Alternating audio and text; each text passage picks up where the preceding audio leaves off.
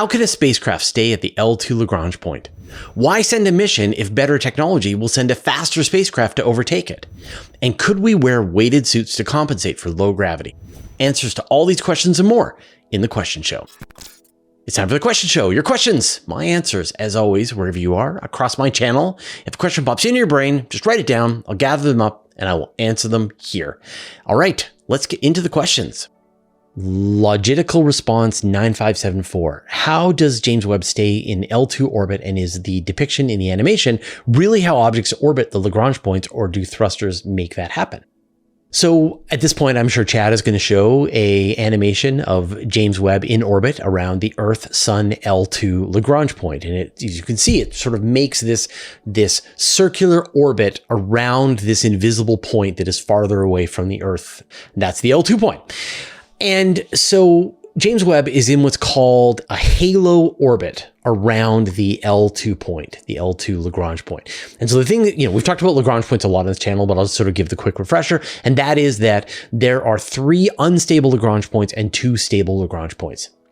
The unstable ones are the ones that are lined up between the Earth and the Sun. So there's one Lagrange point that is in between the Earth and the Sun. There's one that's on the far side of the Sun, that's L3. And then there's one that's on the far side of the Earth, and that's L2. And that's the location that James Webb and Euclid and Gaia and all these other missions are there. And what's great about L2 is it keeps the Earth and the Sun and the Moon all in the same spot in the sky. But it is unstable. And so the way you sort of imagine it is like the peak of a mountaintop where you are perched on the top of this mountaintop. But it's more complicated than that, because when you think about the interactions, the Earth has an elliptical orbit around the Sun. Sometimes it's closer to the Sun, sometimes it's farther than the Sun. The Moon influences the gravity effect of the L2 point. Jupiter influences the gravity effect, depending on whether they're all lined up, whether they're on the opposite side of the Sun.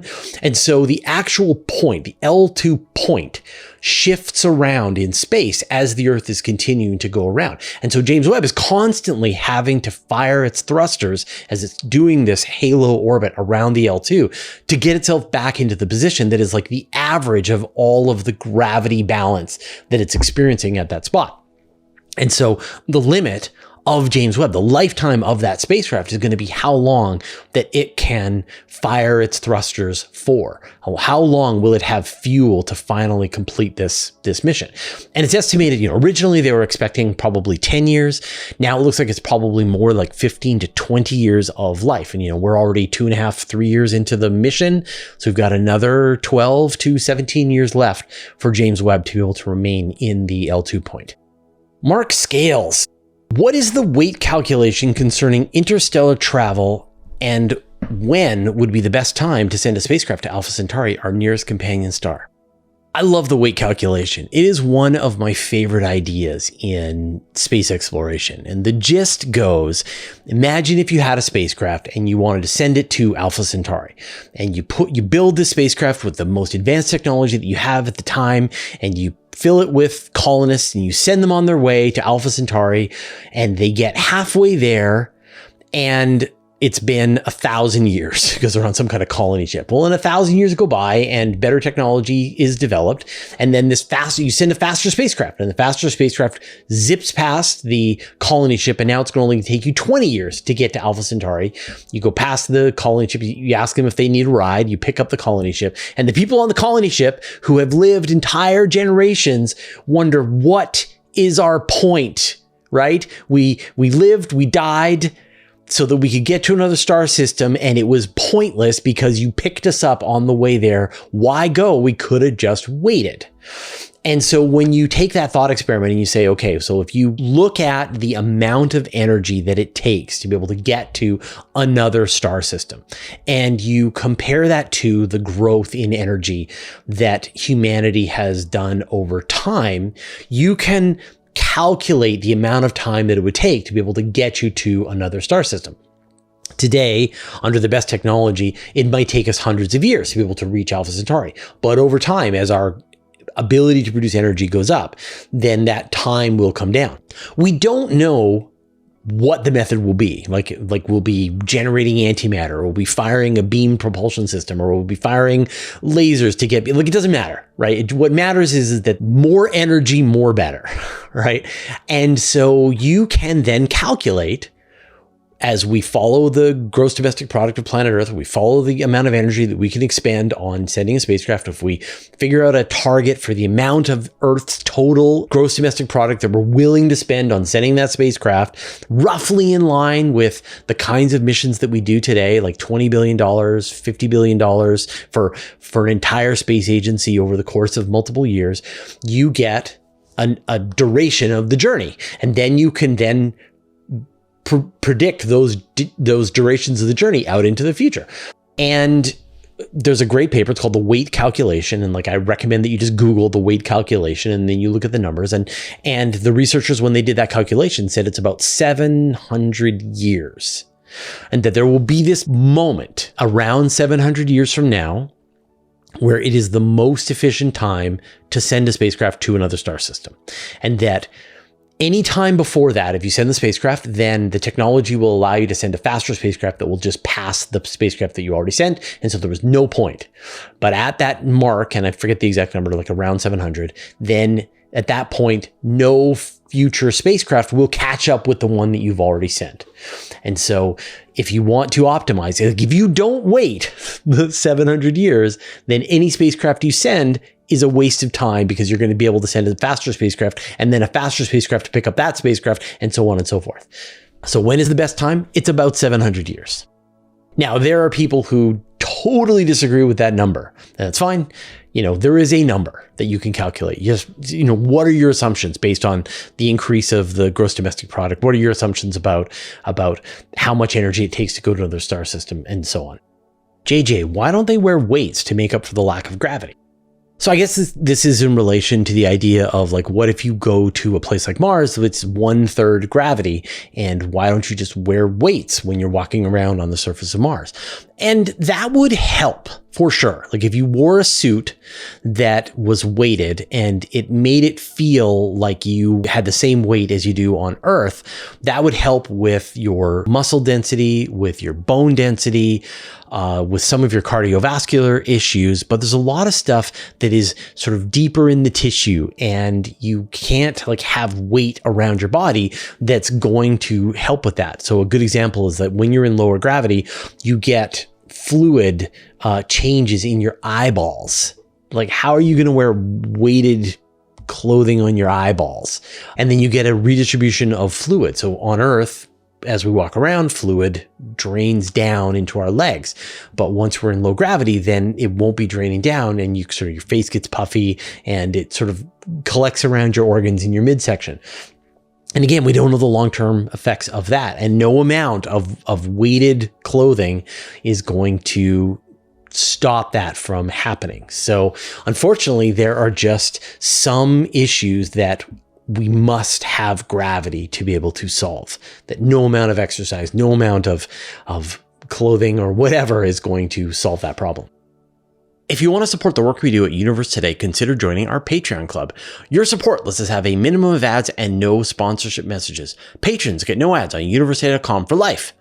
Want the extra parts of the live stream that aren't in this edited version? You can sign up for a special patron-only podcast feed and get the overtime segments, as well as other special behind-the-scenes episodes, including our monthly patron-only question show.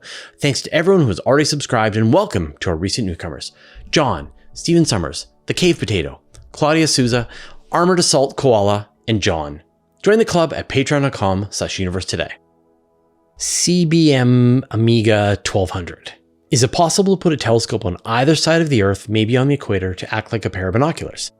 So in theory, sure. And so the cool thing about putting a telescope on both sides of planet Earth and looking at the same object is that you actually get a very special trick. It's what's called an interferometer. So not only do you get the combined light of the two mirrors that you've put on either side of the Earth, but it acts like a virtual telescope that is the size of the distance between those two telescopes. And so you've not made two separate telescopes on other sides of the Earth. You've made a telescope that is what, 6,500 kilometers across. That's a very big telescope.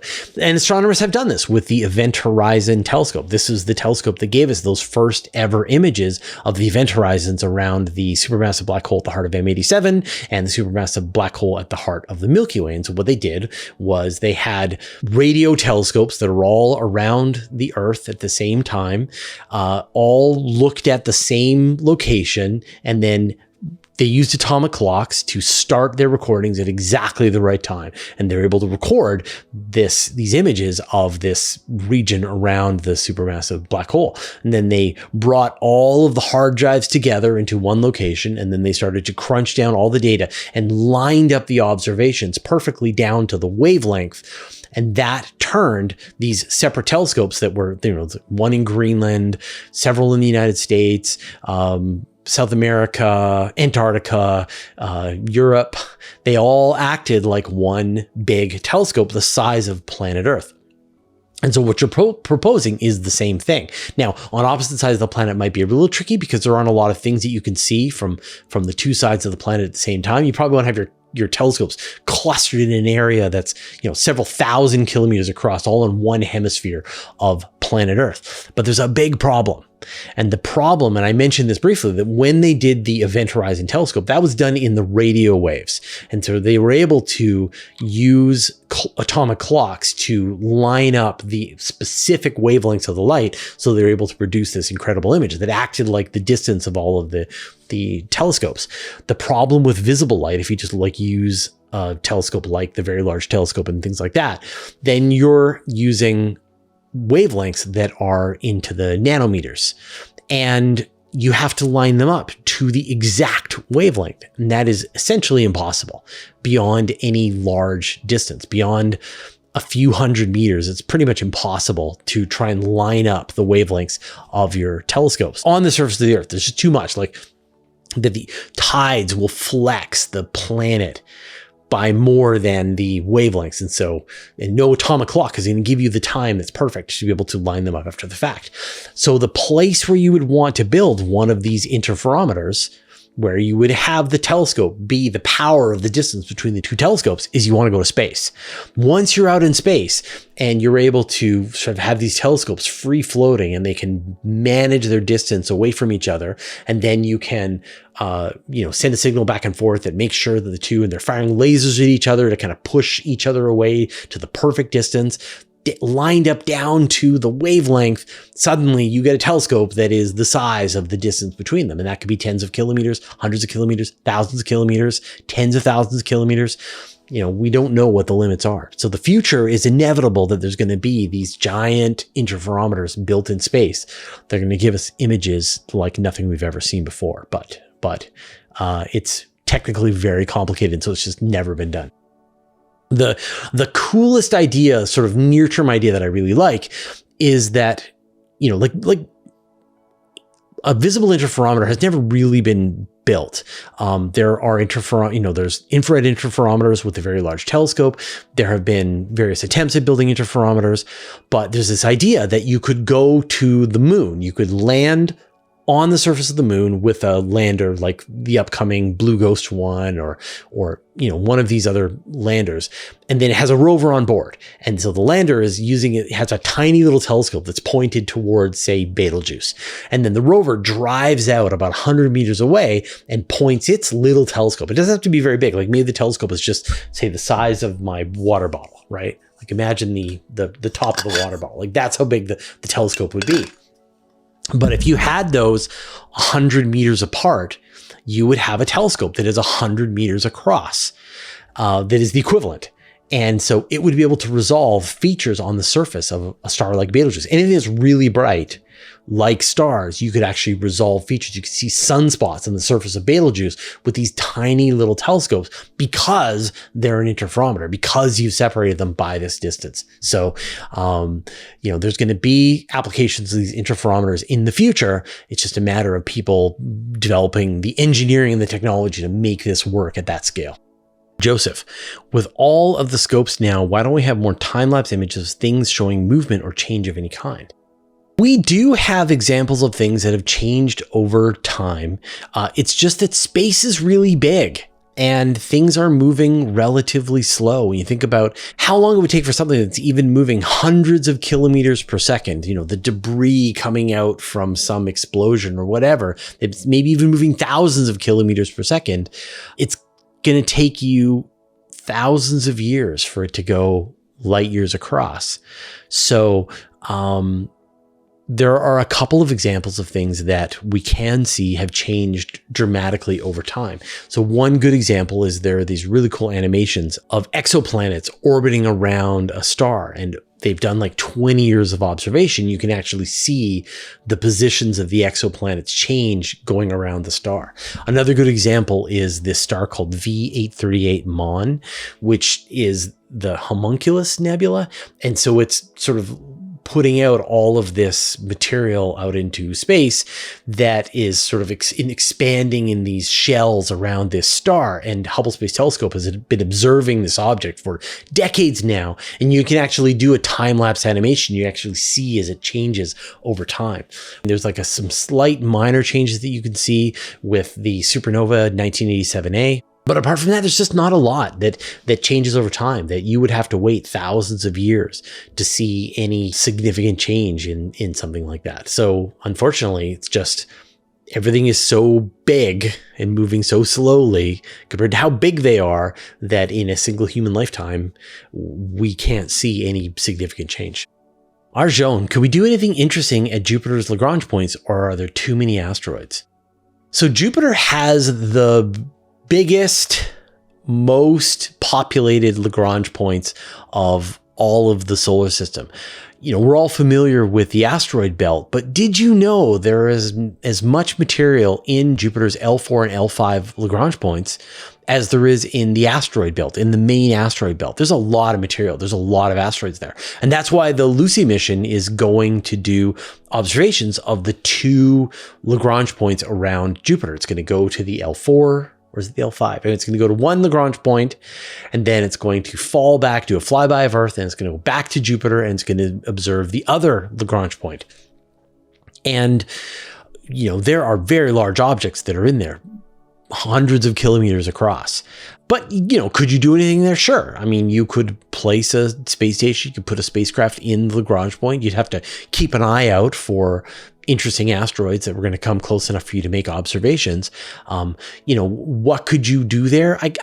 I can't think of it as like a great place to observe anything. You're pretty far away from any other part of the solar system. You're pretty far away from Jupiter. Like you want to be in orbit around Jupiter if you want to be able to make observations of Jupiter. You're too far away from the sun. You're too far away from the Oort cloud. So, there's a lot of material, a lot of resources available all around you. If you want to build habitats out of asteroids in the Trojan belt, then that would be the place to get the most material. And probably it's more concentrated than the asteroid belt. So that might be the best place to go. All right, those are the questions that we had in this episode. Thank you, everybody who went into the YouTube comments and posted questions. I see them all, and I gathered up a bunch, but also everybody who showed up for the live stream. And so there should be an announcement for when the next one is going to be. So if you want to join that, it's 2 hours long. It's a lot of fun. Definitely click on the notifications bell when you're subscribed to the channel, and you'll get an announcement about that. Now, I want to talk about how you can get all of our content ad-free. But first, I'd like to thank our patrons. Thanks to Abe Kingston, Adam Schaefer, Andrew Gross, Bear Lake Roofing, David Giltonen, David Matz, Dennis Alberti, Dustin Cable, James Clark, Jeremy Mattern, Jim Burke, Jordan Young, Josh Schultz, Paul Rohrbach, Sean Sargent, Spiderswap.io, Stephen Fowler-Munley, and Vlad Shiplin, who support us at the Master of the Universe level. And all our patrons, all your support means the universe to us. So a couple of episodes of Space Bites ago, or maybe it was a question show, I asked you to tell me if you were seeing any mid-roll ads showing up in any of our videos. And you shouldn't, because we've explicitly not turned that on. But every now and then people say, oh, I saw a mid-roll ad in your video. I was wondering what was going on. And I think what's happening is that if you leave your computer, you pause watching the video for a long time, and then you come back, then YouTube considers it the beginning of a session and then will show you a mid-roll ad or something like that. But if you just watch the video all the way through, you won't get them. So that's good. But it sure feels inevitable. We can't remove the beginning ads or the end ads anymore. We have no choice over that. And YouTube keeps telling me that I should be putting in mid-roll ads. I can make a lot more money from them, but I really find them annoying. But I kind of suspect it's just a matter of time before they're put in for us. So I just want to remind you that if you don't want to see ads on any of our content, you can always access everything you want over on Patreon completely for free. You literally don't even have to follow us on Patreon.